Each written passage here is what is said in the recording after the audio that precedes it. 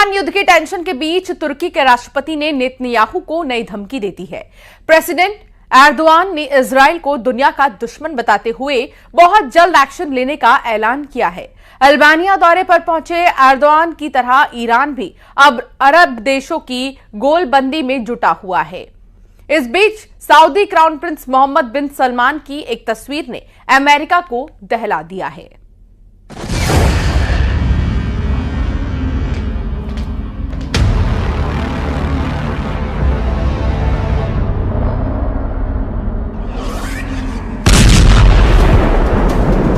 Lebanon की तरफ से हिजबुल्लाह द्वारा दागे गए मिसाइल और रॉकेट लगातार इजराइल को परेशान कर रहे हैं। कुछ ऐसे मिसाइल या रॉकेट होते हैं जिनको हम जाने देते हैं, उन पर अपने संसाधन को खर्च नहीं करते। कई सारी कब्रें यहाँ पर देखिए तबाह हो गई हैं। एक रॉकेट आके गिरा है जिसकी वजह से तबाही का जो मंजर है वो आप देख सकते हैं। यहाँ पर देखिए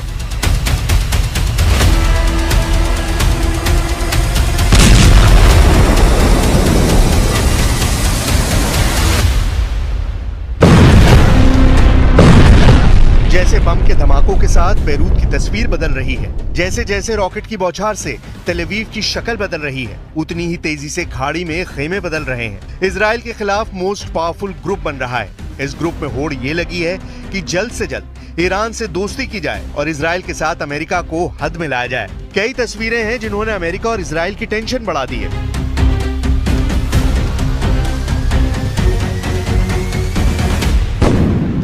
तस्वीर नंबर 1 देखिए, जहां तुर्की नेवी का शिप लेबनान में एंट्री कर रहा है। शिप पर तुर्की के किलर कमांडो एक्शन मोड में दिख रहे हैं। दूसरी तस्वीर अल्बानिया से आई है, जहां प्रेसिडेंट एर्दोआन इजराइल विरोधी गुट के विस्तार के लिए पहुंचे हैं। तीसरी तस्वीर तो ऐसी है जिसने इजराइल और अमेरिका दोनों को थर्रा दिया है। सऊदी अरब के रियाद में क्राउन प्रिंस सलमान से ईरान के विदेश मंत्री की मुलाकात ने अरब वर्ल्ड में नए समीकरण पर मोहर लगा दी है।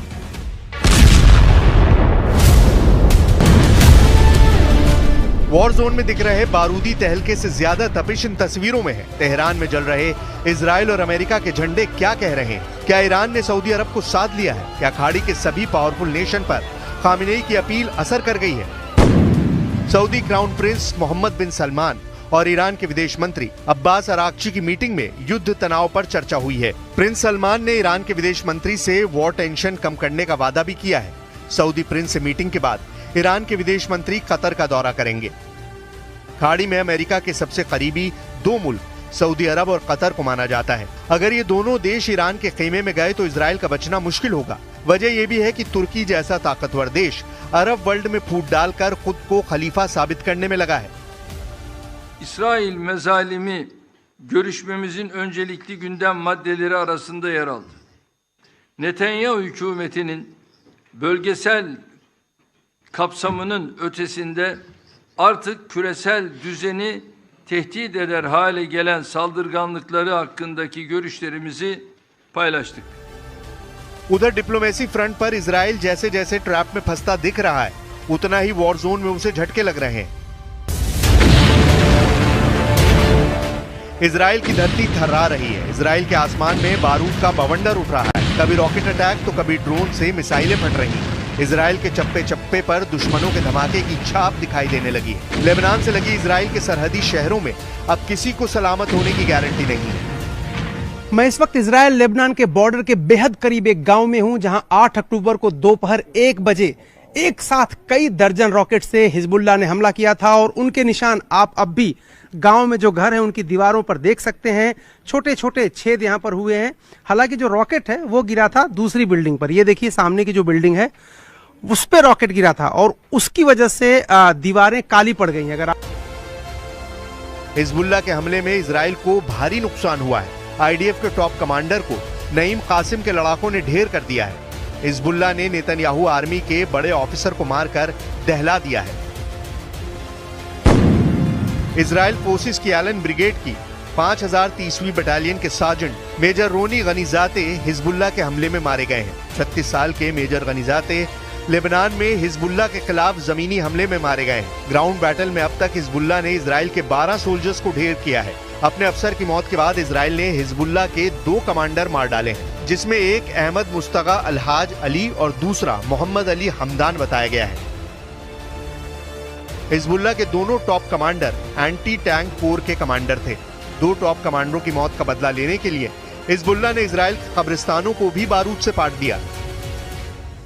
यहाँ की धार्मिक मान्यता के मुताबिक उनको भी शांति नहीं है और आप यहाँ पर देखिए कि ये पूरा कब्रिस्तान टूटा फूटा है। यहाँ पर देखिए ये गवाही दे रही हैं तस्वीरें कि लोग जो हैं वो यहाँ पर अपने प्रियजनों को देखने आ रहे हैं। देखिए जिनको ये खबर पता लगी है कि कब्रिस्तान के ऊपर रॉकेट हमला हुआ है, वो लोग अपने प्रियजनों की देखिए यहाँ पर कब्रें देखने आ रहे हैं और लोग यहाँ पर लगातार जो अटैक हुआ है रॉकेट से उसको देखने आ रहे हैं। हिजबुल्लाह फाइटर इजराइल के किरियात शमोना से आगे बढ़कर अब बेत हिलेल और मयान बारूज तक मार कर रहे हैं। गैलीली में हिजबुल्लाह के रॉकेट के छर्रे से छलनी दीवारें हर जगह देखी जा सकती हैं। हिजबुल्लाह के हमलों में आई तेजी की वजह से रदवान फोर्स के नए कमांडर की तैनाती है। इजराइल मीडिया के मुताबिक रदवान फोर्स के पूर्व कमांडर हैतम अली तबातबाई को हिजबुल्लाह के मिलिट्री ऑपरेशन का चीफ बनाया गया है। हैतम अली के साथ मिलिट्री लीडरशिप में जिहाद काउंसिल के मेंबर मोहम्मद हैदर को भी सैन्य ऑपरेशन का जिम्मा सौंपा गया है। वहीं हाशिम सैफुद्दीन की मौत के बाद हिजबुल्लाह की पॉलिटिकल विंग का चीफ अब नईम कासिम को बनाया गया है।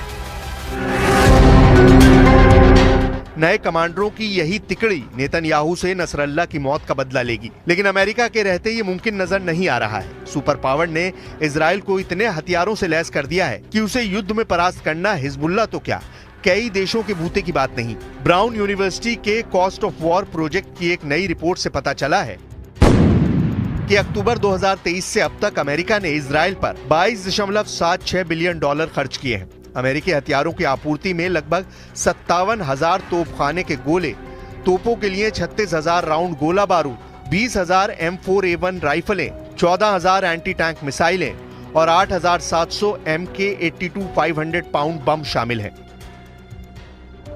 इजराइल के लड़ाकू जेट हों या फिर डिफेंस सिस्टम, सब के सब सुपर पावर के बजट से चल रहे हैं। इजराइल के आयरन डोम और David sling air defence system के लिए अमेरिका ने $4 billion, iron beam laser air defence system के लिए $1.2 बिलियन की मदद दी है। अमेरिका ने इजराइल को 14,100 MK84 unguided 2,000 bomb, 3,000 joint direct attack munition, dumb to smart bomb transformer kit, 3,000 hellfire missile, 2,600 250 pound GBU-39 छोटे bomb, 1,800 M141 bunker buster bomb, 3,500 night vision device, 200 switchblade drone, 100 से ज्यादा स्काइडियो x drone और 75 joint light tactical vehicle भी दिए हैं। Israel को emergency delivery के लिए $4.4 बिलियन का बजट अलग से रखा गया है। यानी पूरी दुनिया एक तरफ और इजराइल एक तरफ।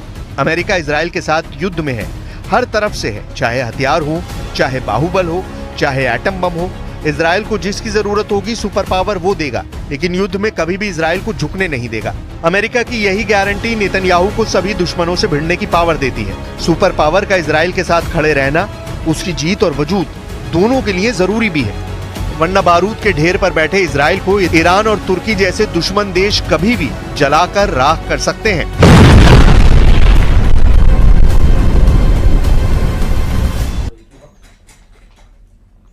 ईरान ने 1 अक्टूबर को इजराइल पर 200 मिसाइलों से हमले करके सभी को चौंका दिया था। तब से दुनिया भर के वॉर एक्सपर्ट्स ये देखने को बेचैन हैं कि इजराइल ईरान से बदला कैसे लेता है। अब लगभग 9 दिन बाद इजराइल ने ऐसा दावा किया है जो ईरान के ताबूत में आखिरी कील साबित हो सकती है। ईरान पर इजराइल बहुत बड़ा हमला करने जा रहा है और उसकी तैयारी पूरी हो चुकी है।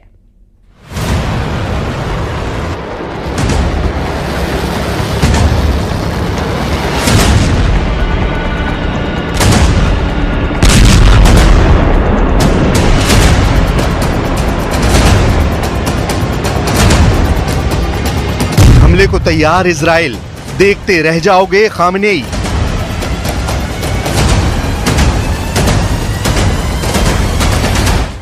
एक अक्टूबर 2024 को भले ही ईरान ने इजराइल पर 200 बैलिस्टिक मिसाइलें दागकर दुनिया को चौंका दिया हो, लेकिन अब ईरान के मिसाइल हमले के 9 दिन बाद खबर आ रही है कि इजराइल अब ईरान का हाल हिजबुल्लाह और हमास से भी बुरा करने जा रहा है।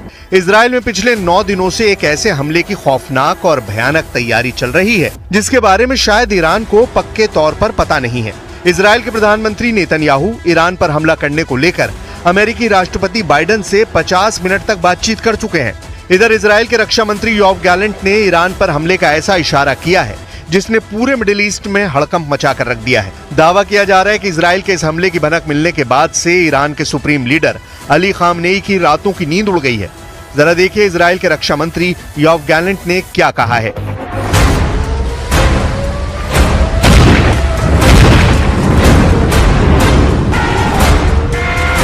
ईरान को समझ नहीं आएगा क्या हुआ और कैसे हुआ। योव गैलेंट ने कहा कि ईरान पर इजराइल का हमला घातक और सटीक होगा और इस हमले की ईरान को भनक तक नहीं होगी। ईरान को समझ नहीं आएगा कि क्या हुआ और कैसे हुआ। योव गैलेंट का यह बयान इजराइल पर ईरान के मिसाइल हमलों के जवाब में आया है। सूत्रों की माने तो इजराइल ईरान के प्रमुख तेल ठिकानों को निशाना बनाने की योजना बना रहा है। माना जा रहा है कि हमले ईरान की अर्थव्यवस्था को गहरा नुकसान पहुंचाने के लिए होंगे, क्योंकि ईरान की बड़ी आर्थिक ताकत उसके तेल क्षेत्र है। इसके अलावा इजराइल ईरान के परमाणु ठिकानों पर भी बहुत बड़ा हमला कर सकता है। 50 मिनट में हुई सीक्रेट डील, उड़ा दो ईरान के एटमी ठिकाने। लगभग 100 घंटे से दुनिया भर की मीडिया में ये दावे किए जा रहे हैं कि ईरान ने जमीन के नीचे एक बहुत बड़ा परमाणु परीक्षण किया है। दावा किया जा रहा है कि इजराइल ने पिछले 120 घंटे में ईरान में आए भूकंप और परमाणु बम का परीक्षण के दावों का सीक्रेट पता कर लिया है। इसीलिए बाइडेन और नेतन्याहू ने 50 मिनट तक फोन पर बातचीत के दौरान लगभग फाइनल कर दिया है कि अब ईरान को 200 मिसाइल हमलों का जवाब जबरदस्त तरीके से दिया जाएगा। התקפות שהאיראנים תקפו אותנו לפני זמן קצר. ההתקפות האלה היו אגרסיביות, אבל ההתקפות האלה נכשלו כי הן לא היו התקפות מדויקות. חיל האוויר לא נפגע, כל המסלולים פועלים. भले ये कयास लगाए जा रहे थे कि अमेरिका इजराइल पर दबाव बना चुका है कि वो ईरान के परमाणु ठिकानों को तबाह नहीं करेगा, लेकिन जब से अमेरिका को खुफिया जानकारी मिली है कि ईरान ने भूकंप की आड़ में एटमी परीक्षण ही किया है, तब से अमेरिका अब इजराइल को उसके एटमी ठिकानों पर हमला करने की हरी झंडी दे चुका है। ऐसा सूत्रों के जरिए दावे किए जा रहे हैं। अब ये भी जान लीजिए कि ईरान ने 5 अक्टूबर को क्या किया था।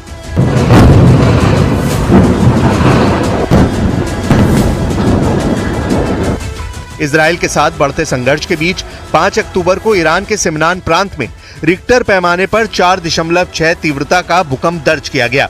भूकंप का केंद्र कथित तौर पर सतह से लगभग 10 किलोमीटर नीचे और एक ईरानी न्यूक्लियर एनर्जी प्लांट के करीब था। ईरान के सिमनान प्रांत के कावीर रेगिस्तान में ईरान ने परमाणु परीक्षण किया है, ऐसे अब दावे किए जा रहे हैं। भूकंप के समय और परमाणु सुविधा के करीब होने के कारण इस बात की अटकलें लगाई जा रही हैं कि ईरान ने परमाणु बम का परीक्षण किया है। दावों के मुताबिक भूकंप का केंद्र सतह से लगभग 10 किलोमीटर नीचे और एक ईरानी न्यूक्लियर एनर्जी प्लांट के करीब था। भूकंप के दौरान जिस तरह की लहरें जमीन में उठती हैं, ये लहरें वैसी नहीं थी। ये लहरें वैसी थी जैसी न्यूक्लियर विस्फोट के बाद जमीन पर चलती हैं। इसीलिए दुनिया भर के रक्षा एक्सपर्ट्स और वैज्ञानिक ये दावा कर रहे हैं कि ईरान ने परमाणु परीक्षण किया है। ईरान ने इन दावों का खंडन नहीं किया है, जिसमें दावा किया जा रहा है कि ईरान ने एटम बम का टेस्ट किया है। यूनिट 9900 का वॉर प्लान, ईरान पर अदृश्य हमला।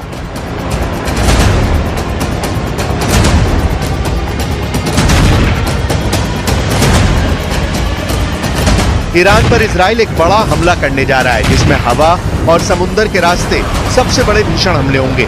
1 अक्टूबर को जब ईरान ने बैलिस्टिक मिसाइलों से इजराइल पर हमला किया था, तो उस वक्त ईरान की हाइपरसोनिक मिसाइल फतेह 1 और फतेह 2 ने इजरायली सैन्य ठिकानों को काफी नुकसान पहुंचाया था। उस वक्त इजराइल का एयर डिफेंस सिस्टम आयरन डोम, एरो 2, एरो 3 और डेविड स्लिंग सभी ईरानी मिसाइलों को रोक नहीं पाए थे। लेकिन इजराइल के रक्षा मंत्री का साफ कहना है कि ईरान का मिसाइल हमला नाकाम रहा है और अब हम उन पर हमला करने जा रहे हैं। जरा देखिए इजराइल डिफेंस फोर्स की जासूसी यूनिट 9900 को लेकर रक्षा मंत्री योव गैलेंट क्या कह रहे हैं।